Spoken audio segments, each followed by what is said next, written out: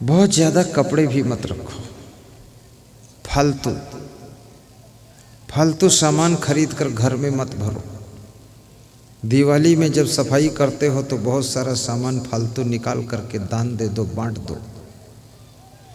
पुरानी कुर्सियां भी दान कर दो, पुराने गद्दे रजाई दान कर दो, गरीबों को दे दो, नया खरीद लो, फर्स्ट क्लास रखो। थोड़ा दान भी किया करो। दान करने से पुण्य बढ़ता है और पुण्य से लक्ष्मी की कृपा होती है। अन्नदान महादान है, ज्ञान दान श्रेष्ठ दान है। भंडारा के लिए, सत्संग के लिए धन दान और अन्नदान का बड़ा महत्व है। अठबारा गांव में जो कार्यक्रम हो रहा है, कृपया आवाज़ बहुत तेज हो गई, कम कर दीजिए। इस अठबारा गांव के कार्यक्रम में सैकड़ों लोगों ने धन दान दिया। पूरे अठबारा गांव से अन्नदान आया है और ये पूरे ग्रामवासियों की ओर से कार्यक्रम हो रहा है, जिसमें झाड़ूलाल जी शाह, लक्ष्मण जी शाह, रमेश जी शाह, सोनू शाह, इंदल शाह, पूरे ग्रामवासी सभी ऐसे जुटे हुए हैं कि पहचान नहीं सकते हो कौन क्या है। लगता है घर घर में त्योहार हो रहा है, ऐसा प्रोग्राम हो रहा है।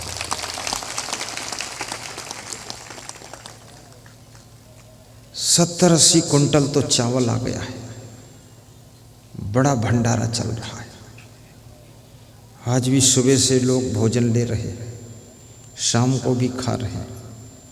हमारे संत जी कह रहे थे 1 ट्रक तो पत्तल आया है। तो मैंने कहा बड़ा भंडारा है। पूरे गांव में चूल्हा बंद कर दिया गया है। अब कोई जबरदस्ती जलाए तो बात अलग है, बाकी सूचना प्रसारित है कि चूल्हा मत जलाओ, सब भंडारा में आओ, खाओ। पूरा गांव सेवा में लगा हुआ है। सत्संग समागम के लिए, भंडारा के लिए, गुरु सेवा के लिए, कुंभ मेला के लिए, आश्रम बनाने के लिए, मंदिर निर्माण के लिए, कन्यादान के लिए, गरीबों को सहयोग के लिए जो अपना तन मन धन अन्न अर्पित करता है उसे दानी कहा जाता है। और दानी कभी दुखी नहीं होता है, उसको खुशियां जरूर मिलती है।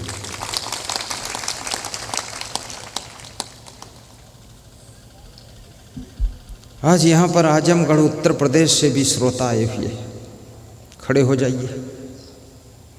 आजमगढ़ उत्तर प्रदेश के श्रोता है, बता रहे थे मोबाइल के यूट्यूब में सुनता था, सुनते सुनते ऐसी लगन लग गई कि आजमगढ़ जिला उत्तर प्रदेश से मैं चल पड़ा और अठबारा गांव में आकर के गुरुदेव आपका दर्शन पहली बार मिला। ताली बजाकर इनका सम्मान, इनको अच्छी जगह सुलाना। कासिमपुर के निवासी श्री छोटेलाल जी, उनके पुत्र अजय विजय, इन दोनों मूर्तियों को आप कासिमपुर लिए जाना और कल साथ में लेकर आना। इनको अपनी जीप में बिठा ले जाना और माल खिलाना, इनका दिल खुश हो जाए, इनको लगे बिहार में भी बहुत बड़ा प्रेम है। गत वर्ष कासिमपुर में प्रोग्राम हुआ था, वहाँ के आयोजक भक्त लोग आए हैं। खड़े हो जाओ कासिमपुर वाले, कैमरा घुमा दो उधर। अशोक मंडल, बाबूलाल जी, छोटेलाल जी, अजय कुमार, विजय कुमार कुशवाहा, क्या बात, आनंद आ गया। सब खड़े हैं उधर, बैठो, आशीर्वाद है। छोटेलाल कुशवाहा हमारे आश्रम उत्तर प्रदेश नेपाल बॉर्डर गए थे, पता लगाने गए थे असली साधु है कि नकली है।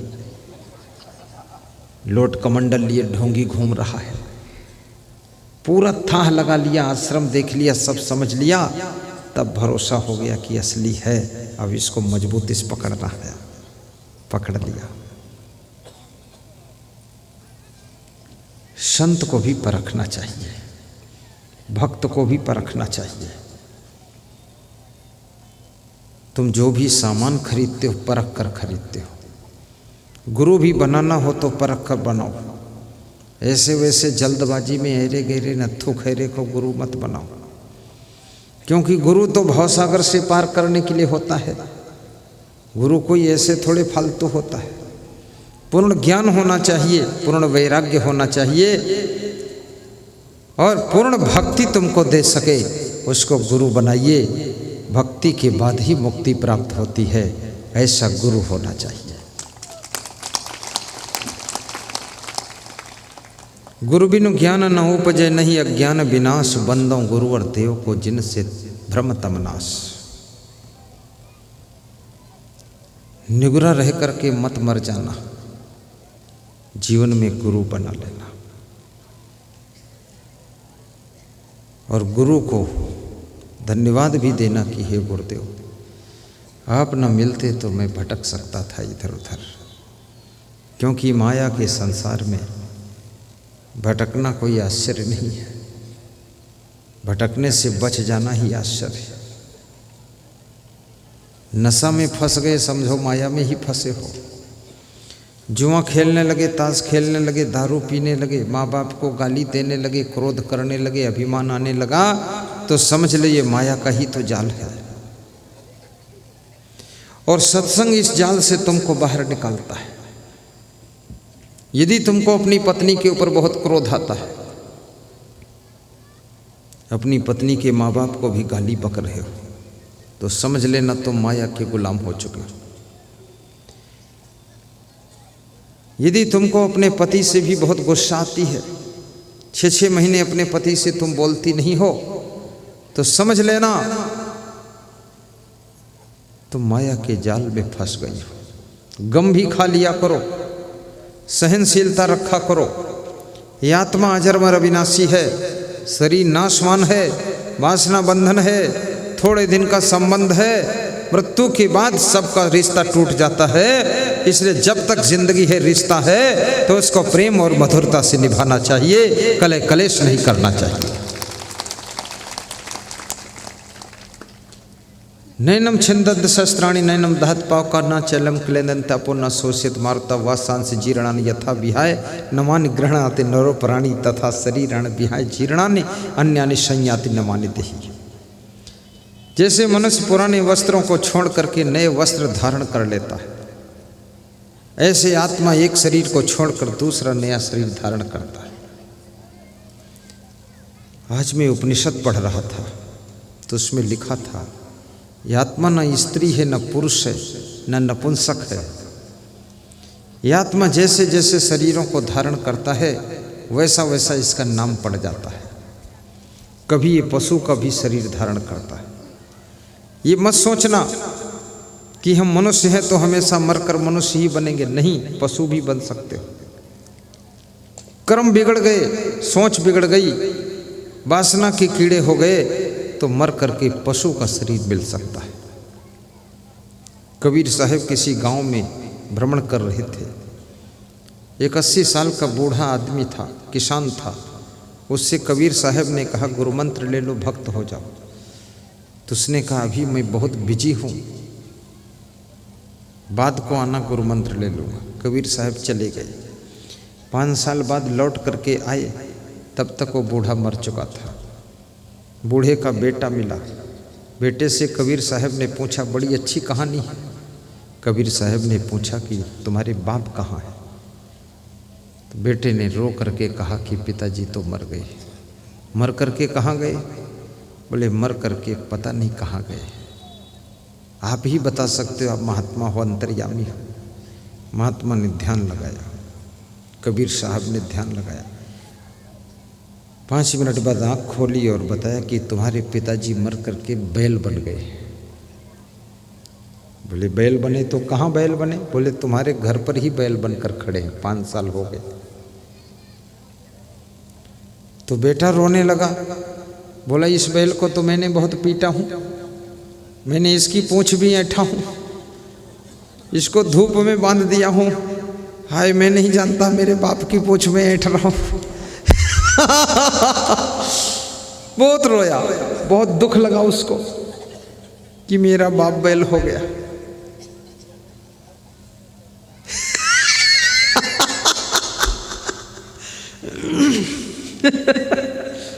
अभी इसमें जितने लोग बैठे सब सावधान हो गए, अब बैल की पूंछ नहीं ऐंठेंगे लोग, क्योंकि बाप की पूंछ ऐंठ रहे हो।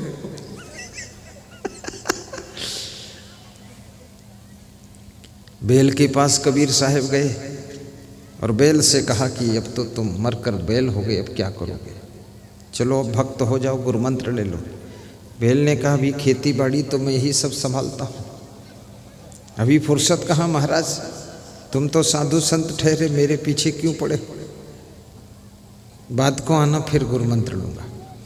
कबीर साहब लौट गए, 5 साल बाद आए। घर मालिक से पूछा बैल कहाँ, बोले बैल तो मर गया बाबा जी। बैल मर गया, मर के कहाँ गया, बोले क्या पता, हम संसारी जीव को इतना ज्ञान नहीं, आप देख लो।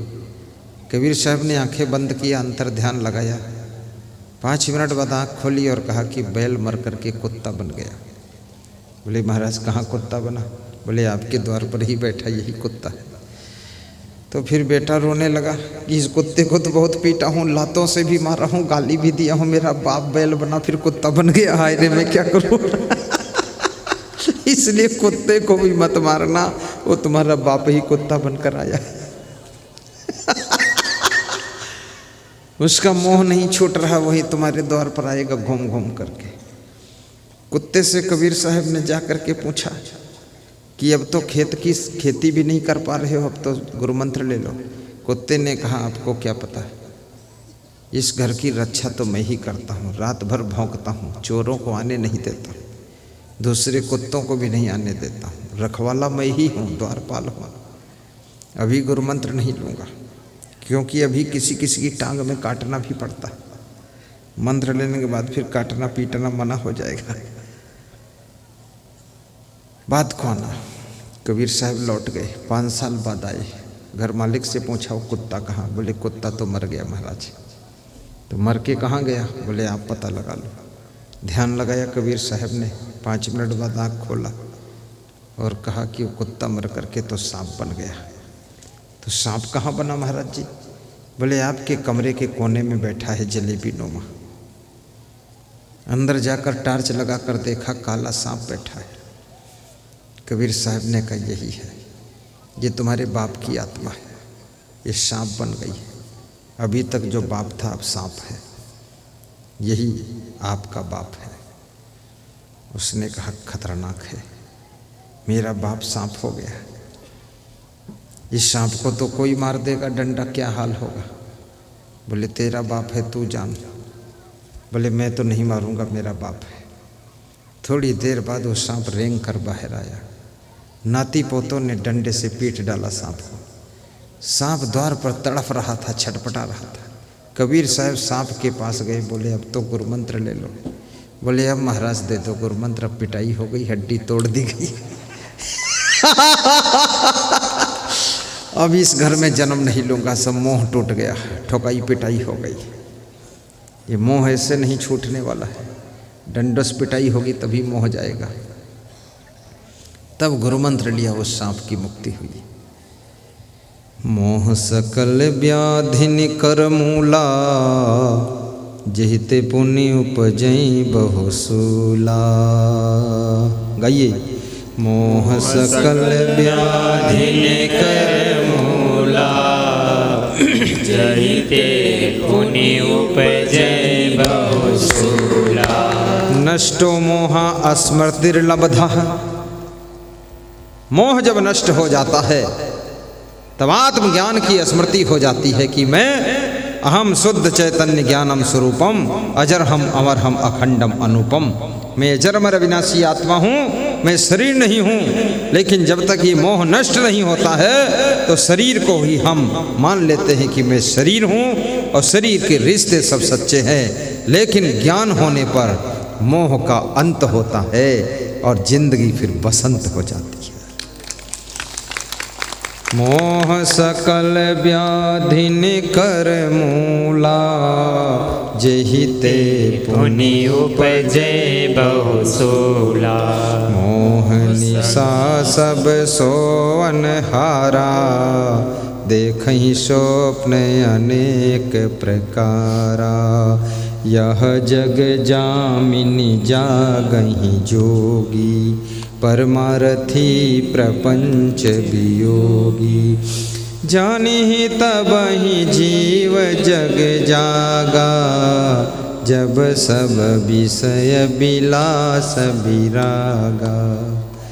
मोह निशा सब सोवन हारा, देखहि स्वप्न अनेक प्रकार।